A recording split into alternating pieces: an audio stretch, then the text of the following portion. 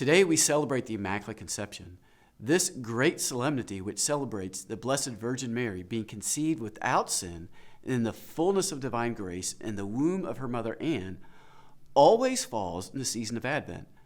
There's an appropriateness to this in that Advent is a season for us to remember how God the Father prepared the world for the coming of his Son into the world.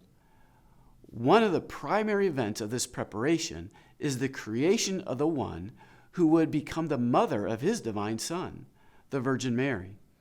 To help you to understand this profound grace that God gave to her at the moment of her conception, I want to offer you this perspective from Bishop Sheen. In a book that he wrote on the Blessed Mother called The World's First Love, Bishop Sheen notes how Jesus, as the eternal Son of God, pre-existed his earthly mother Mary. In light of this reality, he writes the following: "If you could have pre-existed your mother, would you not have made her the most perfect woman that ever lived? One so beautiful, she would have been the sweet envy of all the women, and one so gentle and so merciful that all other mothers would have sought to imitate her virtues?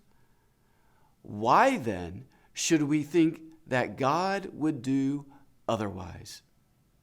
When God became man, I believe," Bishop Sheen writes, "that he too would make his mother as nice as he could, and that would make her a perfect mother."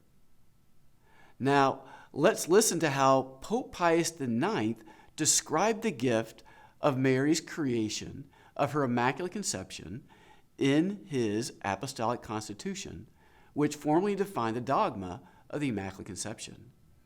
Pius IX writes, "Therefore, far above all the angels and all the saints, so wondrously did God endow her with abundance of all heavenly gifts, poured from the treasury of his divinity, that this mother, ever absolutely free of all stain of sin, all fair and perfect, would possess that fullness of holy innocence and sanctity than which, under God, one cannot even imagine anything greater, and which, outside of God, no mind can succeed in comprehending fully." These words by Pius IX try to help us to appreciate the immensity of grace that God gave to the Blessed Mother at her Immaculate Conception.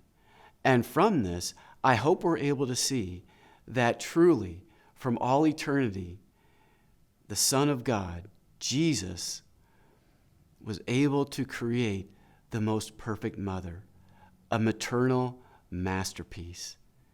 That's the significance of the Immaculate Conception.